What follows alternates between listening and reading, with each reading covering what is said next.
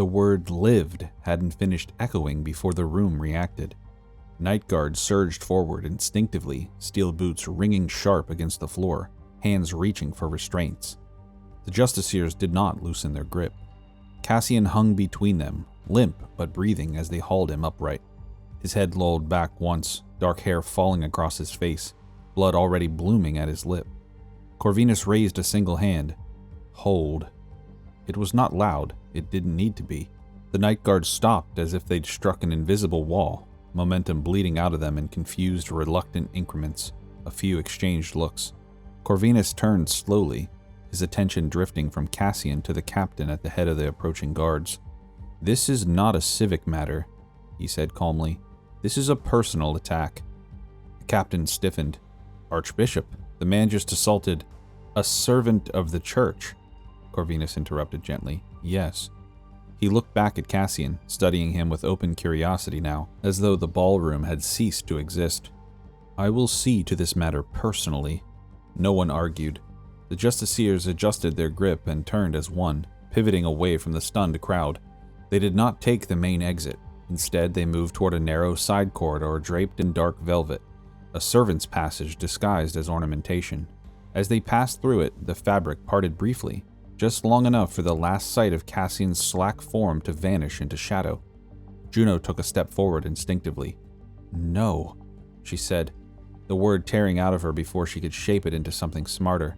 Saberic still had a hold of her arm with one hand, not forcefully, just enough to restrain her from sprinting across the room. "Not now," he murmured against her ear. "We can't do anything." Her breath hitched once, sharp and furious. Dorian stood rigid, fists clenched at his sides, the nullification band on his wrist humming faintly in quiet, useless mockery.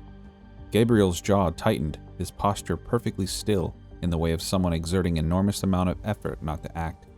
As soon as the curtain closed, the crowd broke into nervous whispers, unsure of what just happened or what the consequences would be. The Night Guard moved with deliberate efficiency, spreading outward, back straight, voices low and controlled as they redirected the flow of guests away from the disturbance. "Please remain calm. This was an isolated incident. The evening will continue shortly." Servants appeared as if summoned by the tension itself, blotting spilled wine from the marble, replacing shattered goblets with fresh ones, adjusting drapes, straightening chairs. The organist hesitated and then began again, coaxing the music back into being with careful restraint. The chandeliers brightened by a fraction. Conversation resumed in cautious fragments. Shock was smoothed over with etiquette. Within moments, the ballroom had decided to pretend nothing had happened. Juno felt sick. "That's it?" Jackson whispered, incredulous. "What are we going to do?" Gabriel's voice was quiet, strained. "This is how power works here. Quietly."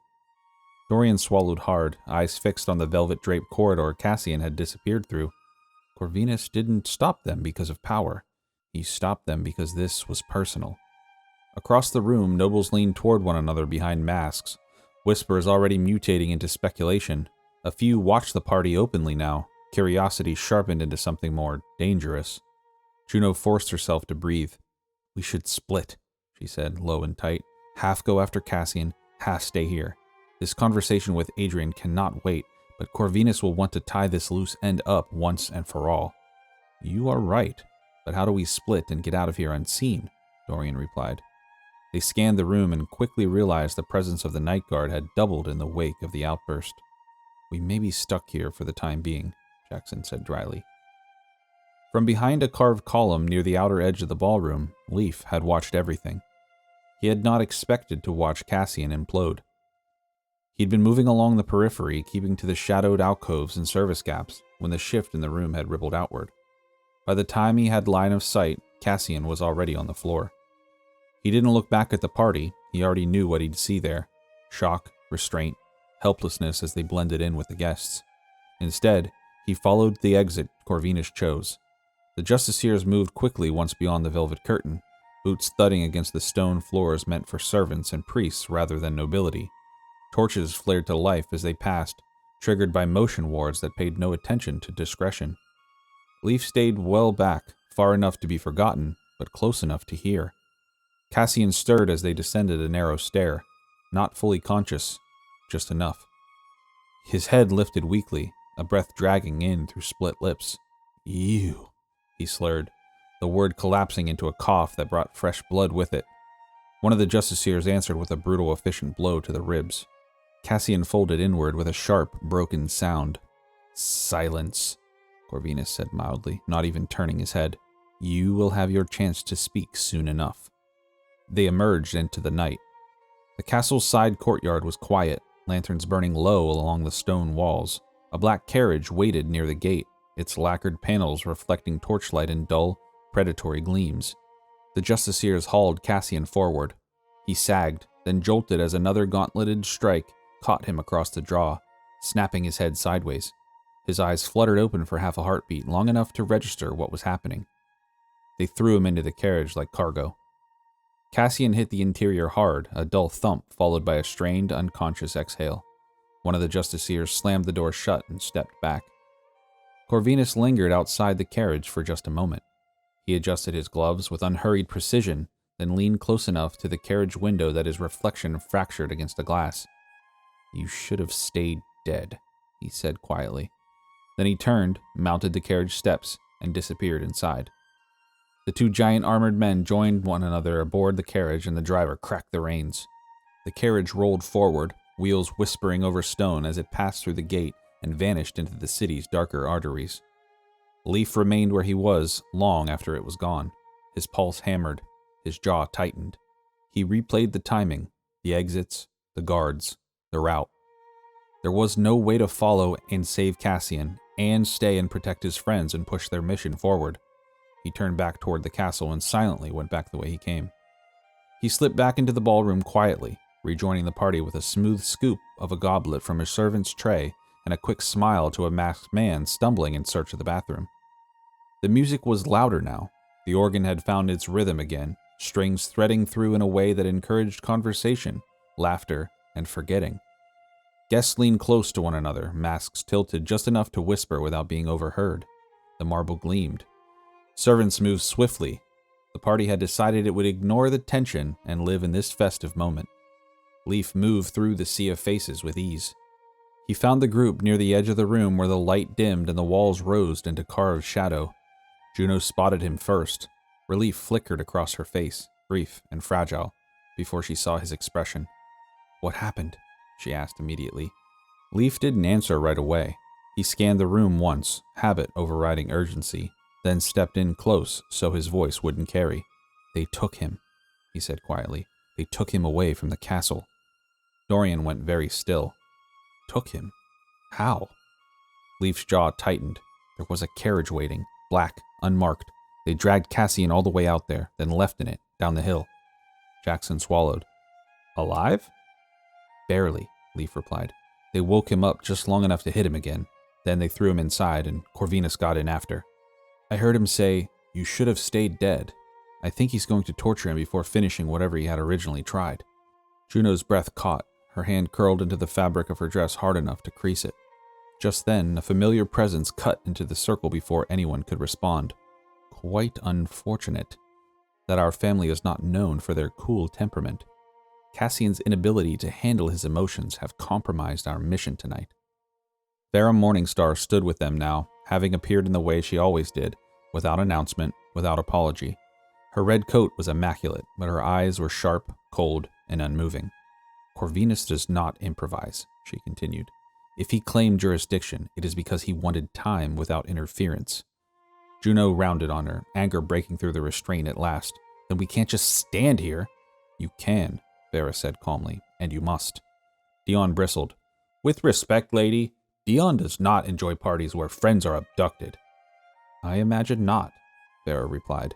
"But if you leave now, you accomplish nothing except marking yourselves as unstable. Corvinus already has Cassian. Chasing him blindly only ensures another setback." Gabriel exhaled slowly. "You're saying Adrian matters more right now." "I'm saying Adrian matters because of this," Farah replied. "Whatever Corvinus is doing tonight intersects with why you are here. Adrian is neutral, yes, but neutrality means access to both sides of the fence, and access means answers." Dorian nodded reluctantly. "If Corvinus acts without Adrian's sanction, then Adrian will want to know," Farah finished. "And if he sanctioned it, you need to know why. Juno's shoulders rose and fell once. Cassian could be dying. Vera's expression softened, just barely. He won't die quietly, or quickly. Corvinus does not waste leverage. She turned her gaze fully to Leaf now. You did well. Following without being seen was the correct choice. Leaf didn't respond. His attention was fixed on the space where the carriage had vanished, as if sheer focus might rewind the night. Vera straightened again. Stay, she said to the group. Listen, watch, speak when spoken to. Whatever Adrian reveals tonight will shape what happens next. Juno shook her head. And Cassian? Vera's eyes hardened, resolve sharpening her voice into steel. I will see to Cassian. I know where they are taking him. Before anyone could stop her, Vera slipped into the crowd, red coat vanishing between masks and quiet laughter. The party stood together in the glow of chandeliers that suddenly felt obscene. Music played, wine flowed. Juno closed her eyes for half a second, then opened them again. All right, she said quietly. We stay. The group reluctantly agreed. The hour chimed. A deep, measured sound rolled through the ballroom, not loud, but absolute. Conversation faltered mid-syllable. The laughter thinned. Even the music softened, preparing. Murmurs of anticipation rippled through the crowd. Then, the doors at the far end of the hall swung open with a dramatic, deliberate flourish. Lord Adrian entered. He did not rush the moment. He stepped into the light with effortless command, pale skin striking against the dark velvet of his ensemble. The fabric drank in the glow of the chandeliers, crimson accents catching like embers beneath ash. His posture was relaxed, confident, the kind of ease born only from centuries of never being challenged in a room that mattered. He was tall, standing well over 6 feet, broad shoulders and dark slicked back hair. His features were strong, but not overbearing. He held authority without appearing menacing. His eyes glowed faintly red as they swept the ballroom, not scanning, recognizing. My friends, Adrian said smoothly, his voice carrying without effort. What a marvel it is to see so many of you still alive. A beat passed. Uneasy laughter rippled through the crowd, polite, cautious, unsure whether they had been praised or threatened. In a land where sermons rot cities and kings bleed their borders dry, he continued, spreading his hands slightly, Braxia remains, as it always has, untouched, unburned, and beautifully relevant. Glasses lifted, masks inclined. You are the reason, Adrian said, eyes gliding over the assembled nobility. Each of you. You are the reason we endure. He descended a few steps, slow and theatrical, allowing the weight of his presence to settle fully into the room. While the crimson sun calls for crusades and the undead gnaw at the fringes, Adrian went on, we raise goblets, sign contracts, and bend nothing but outcomes to our favor. A faint smile curved his mouth. We do not react to the world in chaos, he said softly. We refine it. The silence was reverent now. And so tonight is not a feast for alliances or war councils, Adrian concluded. Tonight is a tribute to us, the ones who have not lost our taste for civility in the face of madness. He lifted a goblet of crimson crystal, the wine within catching the candlelight like living flame. To Braxia, he said. To continued prosperity without chains, and to the brilliant, dangerous company we keep. The toast echoed through the hall in a wave of raised glasses and murmured approval. The feast awaits you, Adrian added lightly. The wine breathes, the fire dances, and the shadows, at least for tonight, will behave. Applause followed. The group glanced at each other. And then, Jackson saw her. She stood just behind Adrian's right shoulder, half a step back, but close enough to be unmistakably important, distant enough to still be on display. Deep crimson silk draped her frame, trimmed in black thread that caught the light when she moved. Her posture was poised, practiced, but her expression was warm, smiling gently at the guests as they descended the stairs. Jackson's breath caught so sharply it hurt. His fingers tightened reflexively around his goblet. Allura. The nightclub flashed through his mind in a violent rush of memory. Dark light, music pulsing like a heartbeat, the rooftop that followed, her laughter close to his ear, her hands in his coat as if the night belonged to them alone, the warmth of her skin, the way she looked at him like the world had narrowed down to just the two of them. And now, She stood at Lord Adrian's side. The realization hit like an anvil. Everything made sense. Dion noticed first. "Jackson?" he murmured, confusion knitting his brow. "You look pale." Jackson didn't answer. Dorian followed his gaze, then stiffened. "Isn't that—" "Yes," Jackson said quietly. "My vampire friend." Dorian's expression sharpened instantly. "Is she Adrian's daughter, I hope?" Jackson finished, swallowing hard. Across the room, Adrian turned slightly, resting a casual, proprietary hand at Alora's back. It wasn't affectionate, it was intentional, a reminder meant for anyone watching of who she was. Alora leaned in, murmured something to him. Adrian smiled. Then, unprompted, unguarded, her gaze drifted. It passed over masks and nobles, over familiar faces and empty smiles, and then it found Jackson. Her eyes widened, just a fraction. Recognition flickered, fast, instinctive, unmistakable. She grinned and winked. Jackson felt his stomach drop. The moment stretched, dangerous and electric before she recovered, schooling her expression back into composure as she turned back to the guests at Adrian's side. Jackson exhaled slowly, heart pounding. The party continued around them, music rising, servants moving, conversations resuming like nothing had changed. But something had changed. It had revealed a fault line running straight through Jackson's chest, and Lord Adrian was standing on the other side of it, smiling.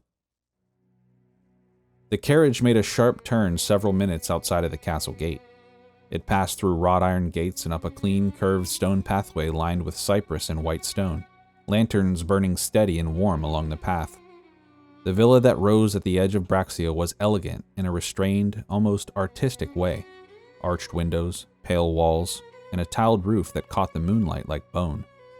It was the kind of place meant to reassure visitors that nothing ugly happened in the city. The doors opened before the carriage fully halted. Justiciars moved with rehearsed efficiency, boots striking stone in unison. Cassian was hauled from the interior without ceremony, his body slack between them, blood drying dark along his jaw and collar. His head lolled once as they dragged him up the steps, armorless and unarmed, reduced to weight and breath. Inside, the villa smelled of incense and polished wood. They took him through a side corridor and into a room stripped of comfort. Stone walls, a single heavy chair bolted to the floor, iron rings set into the stone behind it, candles placed deliberately high, casting long shadows that bent faces and stretched silhouettes. Cassian came back to himself in fragments. Pain arrived first, dull, deep, layered, like something that had been working on him patiently while he was gone. His wrists burned where the leather bit into skin. His shoulders screamed when he tried to shift. His vision swam, light smearing into halos. A gauntlet struck his face. The impact snapped his head sideways, white heat blooming behind his eyes. He tasted copper. "Wake up," a voice said flatly. Cassian coughed a wet, broken sound and forced his eyes open. Archbishop Corvinus Vale stood a few paces away, hands folded behind his back as if he were inspecting a chapel rather than overseeing torture. His robes were immaculate, crimson and gold catching the candlelight with reverent precision. 2 justiciars flanked the walls behind him, unmoving. A third stood close enough that Cassian could feel the weight of his presence without even looking. Corvinus regarded him with open curiosity. There you are," he said mildly. "I was beginning to worry that you'd expire before we had the chance to speak properly." Cassian tried to focus, tried to spit. What came out was blood and saliva, dribbling down his chin. Corvinus sighed, almost disappointed. "Pathetic." He stepped closer, stopping just outside arm's reach. "Do you know," he continued, "how many reports I read that night? How many times I was told you were dead?" Cassian laughed.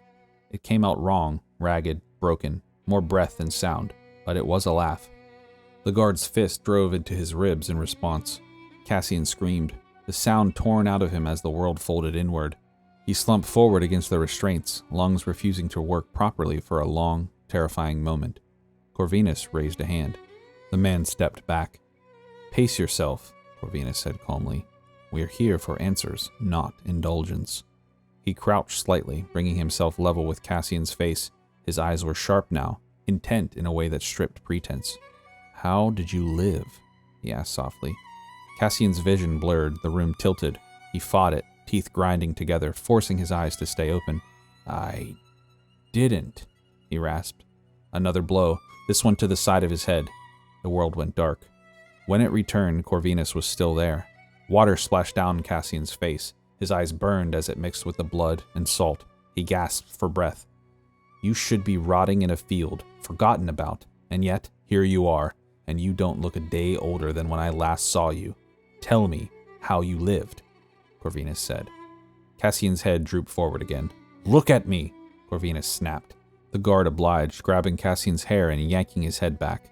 Corvinus leaned in close enough that Cassian could smell incense and old parchment. He pulled at Cassian's face, revealing his teeth. Oh, you're not alive, he said quietly. Not really. You're something fouled in between, a thing that should not exist. Cassian's lips peeled back in a weak, bloody grin. Didn't expect them to spare me, huh? He whispered. Guess that makes two of us. The blow came immediately, then another. Cassian's consciousness slipped again, skidding along the edge of darkness. Images bled together. Steel halls, prayers shouted until voices broke, the feel of a blade in his hand when he still believed in the cause behind it. Cold water hit his face again. He gasped, choking, eyes flying open. Corvinus stood directly in front of him now, pacing. You reek of it, the Archbishop said, disgust barely contained. Abomination, half-breed. It was bad enough that your bloodline was tainted, but now, a Dhampir as well? Disgusting. God will not forgive this heresy. He tilted his head. Tell me who helped you. Tell me why you are here in Braxia, and I might consider letting this end quickly. Cassian's breathing came shallow and uneven. His vision tunneled. Somewhere far away, his heart beat stubbornly on. No, he said. I don't think I will. The Justiciar struck again, methodical now. Each impact timed to pull Cassian back from the brink without letting him escape it. Pain came in waves, drowning thought, stripping memory down to instinct. Corvinus watched it all without flinching. You always were disappointing, he said at last. Even when you had a purpose. Cassian's eyes fluttered. His last clear thought before the darkness took him again was not of Corvinus, or of the pain, or the villa closing in around him. It was of the ballroom, of voices, of people who still might be standing where he fell, and the quiet, furious certainty that Corvinus had made a mistake, bringing him here alive. The party stood together in the ballroom near one of the marble columns, close enough to look unified, but far enough away from the center to avoid notice. Every one of them wore composure like armor that had been cracked and hastily polished. Juno's fingers flexed against the fabric of her dress, a restless habit she couldn't quite suppress. Dorian's eyes kept drifting, not wildly, not obviously, but always back toward the space where Cassian had fallen. Sabaric remained half a step behind the group, posture relaxed only in appearance, inside burning with anxious energy, waiting for the next explosion. Gabriel stood with his hands folded loosely behind his back, expression pleasant, jaw tight. Jackson felt like his heart was trying to climb out of his chest. Across the room, half hidden by a cluster of nobles and a curtain of drifting smoke from scented braziers, Allura stood near one of the long banquet tables. She looked exactly as she had that night, elegant without effort, dark hair pinned just loosely enough to feel intentional. She met his gaze again. Jackson hesitated only for a moment before moving. He crossed the floor with the easy confidence of someone used to slipping through crowds, timing his steps to the music, letting bodies part naturally rather than forcing space. When he reached her side, she smiled like this was an expected inconvenience rather than a revelation waiting to detonate. Hi, she said lightly. Jackson stared at her for a second too long. You're Lord Adrian's daughter? He said, crossing his fingers.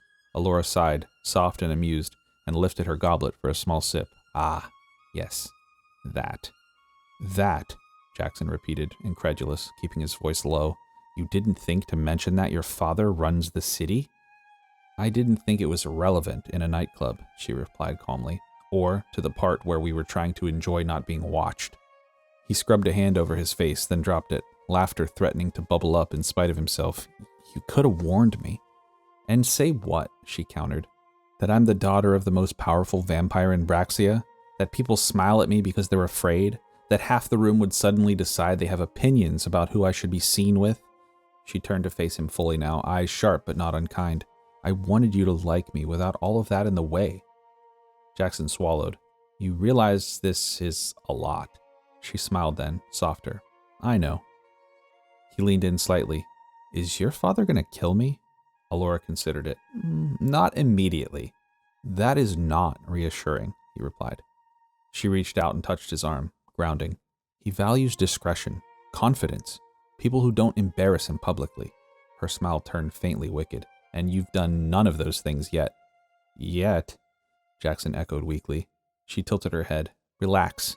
If he finds out, he'll be displeased, but not furious. You're interesting. He likes interesting things. Jackson glanced back toward his friends, where Juno had noticed his absence and was watching him with thinly veiled suspicion. Well, let's hope I can keep it together, he whispered. Alora laughed quietly. He'll survive. Before he could respond, a subtle shift rippled through the room. Not silence this time, but attention. Lord Adrian moved among his guests with an ease that felt rehearsed only because it was so rarely needed. He did not stand elevated, did not demand space. The crowd made it for him. Bodies angling unconsciously away, conversations bending around his presence like water around stone.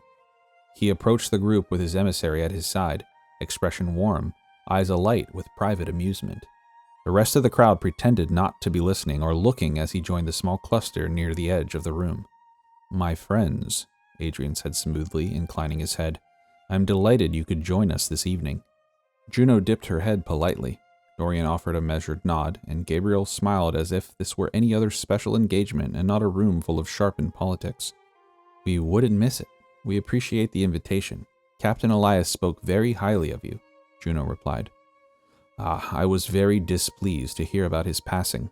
He was a good man and a trustworthy ally, Adrian replied. His gaze lingered on each of them in turn, not accusatory, simply curious. Well, you've had an eventful stay in Braxia thus far. His emissary smiled thinly. I hear things, Adrian continued pleasantly. Fragments, whispers. You are making quite the impression. Dorian's expression remained neutral. We seem to have that effect on cities. Adrian chuckled. So it seems. His eyes flicked briefly to where Cassian had been dragged away, then back to the group. The moment so brief it could almost be imagined. I would very much enjoy speaking with you all privately once the evening concludes. The emissary gestured subtly. The study, after dessert, has been served. Adrian raised his goblet in a casual salute. Until then, enjoy yourselves. I'm sure it's not every day you are in the company of such a variety of personalities. He turned away as smoothly as he'd arrived, already reclaiming the attention of another cluster of nobles. Jackson exhaled slowly, watching the interaction from just beyond Adrian's view. Well, he muttered, this night just keeps getting better. Alora squeezed his arm once before stepping back into the crowd. I'll see you later, don't worry. Across the ballroom, the party closed ranks again, each of them smiling just enough to pass. The music played on, and behind their smiles the tension continued to swell. Cassian came back to consciousness once again. Corvinus sat across from him now, in a high-backed chair, robe immaculate, studying a stack of letters in his hands. Cassian swallowed and tasted copper. Ready to tell me everything, Corvinus said flatly in a low tone. Cassian chuckled briefly, involuntarily. The sound hurt his ribs and he didn't care. Talk to who? The armored babies in golden suits? Or to their daddy who's pretending he's doing God's work? One of the justiciars moved. Cassian braced himself. The blow didn't come. Corvinus set the papers down with slow precision. Still defiant, even after everything. Cassian's mouth was swollen. He spoke anyway. Still preaching? Even after everything? Corvinus leaned back slightly, studying him with the dispassionate patience of a man examining a stain he didn't want in his robe. Tell me why you are here. What are you planning? Cassian blinked.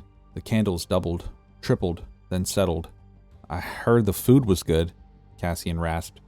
Corvinus smiled faintly, as if indulging a child. Then his eyes narrowed by a fraction. He signaled without looking. The nearest justiciar stepped forward and struck Cassian across the ribs. Hard, perfectly placed. White pain flared. Cassian's vision collapsed inward. The chair creaked. The robes bit. Cassian coughed once and tasted blood again. Corvinus waited for the sound to stop. Who are you with? Cassian breathed through his nose, slow. The restraint made his lungs feel smaller than they were. He smiled anyway. Well, Technically, I am single. He laughed again and then braced himself. Another strike, same spot. Surgical cruelty. Cassian grunted, his teeth clenched. The ropes held, but his body wanted to fold and couldn't. Corvinus's voice remained soft. Foolish child. Why suffer longer than necessary? Cooperate and this will all be over. We will drag this out until you beg for death. Cassian lifted his gaze with effort, eyes burning. I'll die screaming before I give you this satisfaction. The Justiciar struck him again, this time to the jaw, snapping Cassian's head sideways. Stars exploded behind his eyes. He tasted the copper and spit a mouthful of blood onto the floor. Corvinus rose from his chair and walked closer, robe whispering across the floor. He stopped just outside striking range again, as if he refused to be within arm's reach of anything dirty. You were trained to obey, he said fervently. You were built to obey. Cassian's eyes lifted again. They were darker now than they had been months ago, not because of the candlelight. I was trained to serve, Cassian said. His voice shook, anger, not weakness. I obeyed you because I thought you were worth following. Corvinus studied him. And now? Cassian's smile widened. Now, I'm an abomination, he said almost fondly. A heretic, condemned by the very church I fought for. And the best part? I'm not the monster. You are. That finally cracked something in Corvinus's composure. His mouth twitched. Not a smile, something uglier. Harder. The blow that followed wasn't a correction, it was punishment. Cassian's body buckled against the ropes, spine arching, breath ripped out of him. Another blow. Another. The chair thudded against the floor with each impact. The Justiciar's gauntlet didn't hesitate. It moved like a machine with one function. Cassian's vision went gray at the edges. Corvinus watched it, unblinking. Cassian's head drooped forward, breath coming in rough, wet pulls. Blood dripped onto the wood between his boots. Enough. The armored figure stopped instantly. Corvinus exhaled, controlled, and then, very carefully, he removed his gloves. It was a small thing, almost polite, but Cassian felt the change immediately, even between his ragged breathing. It was the same sensation as a storm front rolling in without wind, the pressure, the inevitability, the air thickening with consequence. Corvinus flexed his fingers once, as if loosening stiffness, and stepped closer. You always were stubborn, Corvinus murmured, even when you pretended to be grateful. Cassian's eyes tracked him. Corvinus's hand struck, not as a Justiciar would, not efficiently. It came with venom. The slap cracked against Cassian's already bruised face, snapping his head back. Corvinus grabbed his jaw with one hand, fingers digging in, and forced Cassian's face toward the candlelight. I made you, Corvinus hissed softly. I pulled you out of nothing and gave you a purpose. I gave you discipline. I gave you a family worth standing for. Cassian's teeth bared, and then you tried to erase me. Corvinus's eyes narrowed, and for the first time his calm slipped. You mistake your survival for defiance. Cassian breathed out a laugh, quiet, broken. You mistake your robes for holiness. Corvinus leaned in until his mouth was close to Cassian's ear.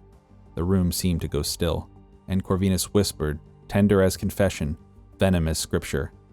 I've always known you were a morning star, by the way. That's why we had you killed. Cassian's veins turned to ice, not from fear, but from the violent electric shock of recognition. Corvinus's voice stayed low. Your sickening family name, your stubborn, stubborn soul, the house that thought it buried itself. The world forgot it. His fingers tightened at Cassian's jaw, but I didn't. Cassian's breath came slower now, controlled, a predator counting distance. Corvinus's whisper turned into a smile. The house that stood against the church and was devoured from within, tainted blood deserving to be snuffed out for eternity. That's why I let you die in an alley like refuse. He paused, savoring it. And look at you, Corvinus continued. You survived anyway, a half-blood thing gnawing on the edges of mankind, proof that your line cannot help but contaminate everything it touches. You couldn't even die properly. Cassian's eyes met the Archbishop, and the world inside them was not human. His voice came out low, almost calm. You set me up because of my name. Corvinus's smile deepened. He leaned in close to Cassian's ear again. Because of your blood. Cassian's chest rose, slow and steady. The ropes creaked as his muscles tightened. Then he smiled. "Good," Cassian said softly. "Then you'll understand why this feels personal." Corvinus's brow furrowed, pulling his head back slightly. "What?" Cassian surged. He pulled his shoulders forward against the bindings until the cord bit deep enough to tear his skin. Pain flared. He didn't even blink. He twisted, an ugly angle no human man could hold, and then felt something in his shoulder shift, pop half out, and then slam back as the rope slipped a fraction. A fraction was all he needed. His hand, blood slick, found Corvinus's throat. Fingers locked. Cassian yanked him closer with a strength born from rage and hunger, and Corvinus's eyes widened, surprised at the audacity. The Justiciars moved. It was too late. Cassian's mouth opened, and the new instinct inside him that had been quiet all night finally showed itself. He bit down into the Archbishop's neck with a savage violence that caught everyone in the room off guard. Warm blood flooded Cassian's mouth, thick, rich, ancient with arrogance. It hit his tongue like fire and honey and history. Cassian's eyes rolled back for a heartbeat, not from pleasure, but from the violent rush of it. Strength, clarity, rage sharpening into a blade. Corvinus choked, hands clawing at Cassian's wrist, his voice strangled into a wet gasp. Cassian drank, and as he did, something inside him ignited completely. His Dhampir hunger turning into a weapon, pain turning into fuel. He tore back, ripping a gaping wound that spilled down Corvinus's collar in a dark, obscene ribbon. Corvinus stumbled backward, one hand flying to his throat, face pale with shock and fury. Cassian exhaled once, blood on his lips, and snapped his shoulders again. The ropes gave way, not because they were weak, but because Cassian was no longer asking permission from his own body. He ripped one wrist free, then the other. The chair tipped, wood screeching across the floor. He rose on shaking legs, breath steaming, eyes locked on the nearest justiciar as the armored figure charged. He met the guard head-on, hands shooting to the helmet's sides, and slammed his forehead into the visor with a brutal crack. The justiciar reeled half a step, more from surprise than damage. Cassian snatched the giant's wrist mid-swing, twisted, and drove his elbow into the joint where plate met plate. Something snapped. The gauntlet clanged to the floor. The justiciar reached for the sword, but it was too late. Cassian grabbed the weapon's hilt, forced it down, then ripped it free with a swipe that made the metal shriek. The guard tried to recover, to shift his stance, to use his huge mass and training, but Cassian didn't fight like a trained soldier. He fought like an animal that had been caged for too long.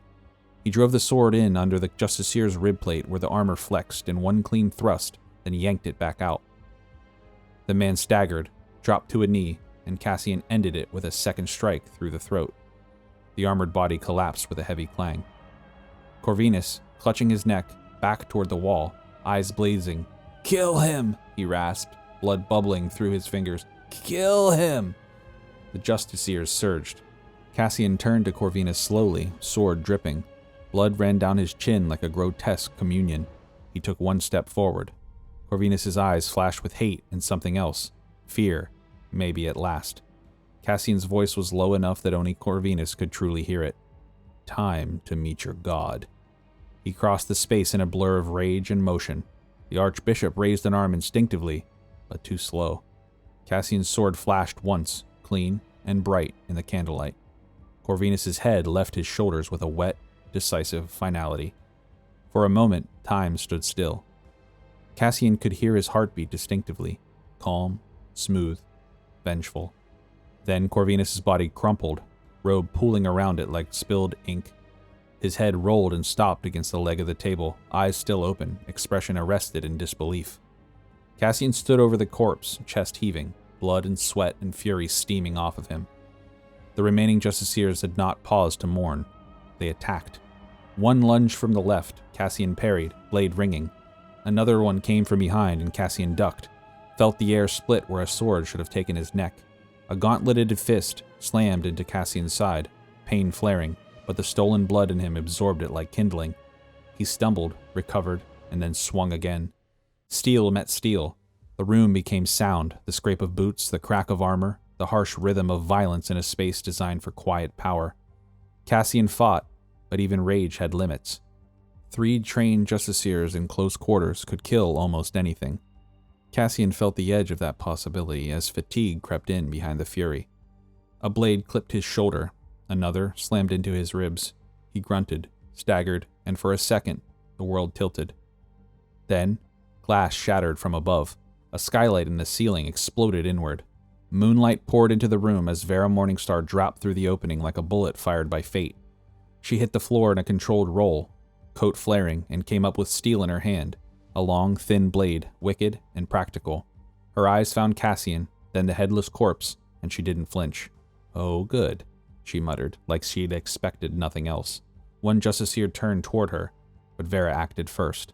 She slid under the man's swing, drove her blade into the back of the knee joint, and as the armored figure buckled, she rose and slammed her shoulder into the chest plate, knocking them off balance. Cassian recovered like a man yanked back from drowning. He and Vera moved together without discussing it, two predators who hated the same thing. Vera distracted with speed, cutting at seams and joints, as Cassian punished openings with brute force, driving steel through gaps she created. One justiciar fell, then another. The last soldier, larger than the others, fought like a wall. He clipped Vera across the side with a heavy gauntlet, sending her skidding. Cassian snarled and rushed him. The giant met him head-on. They collided, locked, wrestling against armor and rage. The justiciar's strength was disciplined, but Cassian's was feral. Cassian drove the sword up beneath the breastplate. The man froze in place. Then he yanked the blade free and the body collapsed in a pile. Cassian stood, swaying, sword lowered. Vera pushed herself upright, and then she faltered. It was then that Cassian saw it, the way her posture changed, the way her breath hitched as if her lungs had forgotten their job. He turned fully and the candlelight caught the dark bloom spreading beneath her coat. A wound low in her side stretching from one hip across her chest. It was deep. Vera's face remained composed out of sheer spite. "Well," she said dryly, "good thing I saved you." Cassian crossed the room in 2 strides, catching her as her knees buckled. "Vera, don't," she snapped, but her voice was weaker than she wanted. "Don't look at me like that. I'm fine." Cassian's hands came away slick with her blood. "You're not fine." Vera's jaw clenched. "I've had worse." Cassian stared at her. "You're lying." Vera's mouth twitched, almost a smile. "Yes." Her eyes, sharp even now, found Corvinus's head on the floor. "You did it," she murmured. Cassian's voice broke, just slightly, with the weight of it. "He said he knew. He said he always knew." Vera swallowed hard, breath trembling. "Of course he did." She blinked once. "We don't have time for family history, I'm afraid." He tightened his grip. "Can you walk?" Vera tried to straighten, failed, and huffed like the concept of weakness offended her personally. "I can pretend." Cassian nodded once. Then he did the only thing that made sense. He lifted her. "The Silver Wolf," Vera breathed. "Elias's house. He'll have supplies." Cassian's eyes burned. He moved to the door. "Just hold on." They stumbled through the courtyard and into the streets, cutting through alleys, doing anything to avoid being seen without wasting precious time. Vera's breath grew thinner as they moved. Her grip loosened, tightened, loosened again. "Stay with me," Cassian growled, more command than plea. Vera exhaled a laugh that sounded like it hurt. At last, the Silver Wolf appeared ahead. Dark windows, solid stone, familiar silhouette. Cassian hit the door hard enough to rattle the frame, and when it opened, Benny barked and greeted them with enthusiasm, until even he realized the seriousness of the situation. Cassian carried Vera inside, blood dripping onto the threshold, eyes wild and furious and terrified all at once. She drifted into unconsciousness as he reached the small couch in the front room. He swore to himself and began tearing through the group's supplies for bandages and anything that would help stabilize her wounds. He forgot about his own pain, and forgot for a moment entirely that the night had just begun.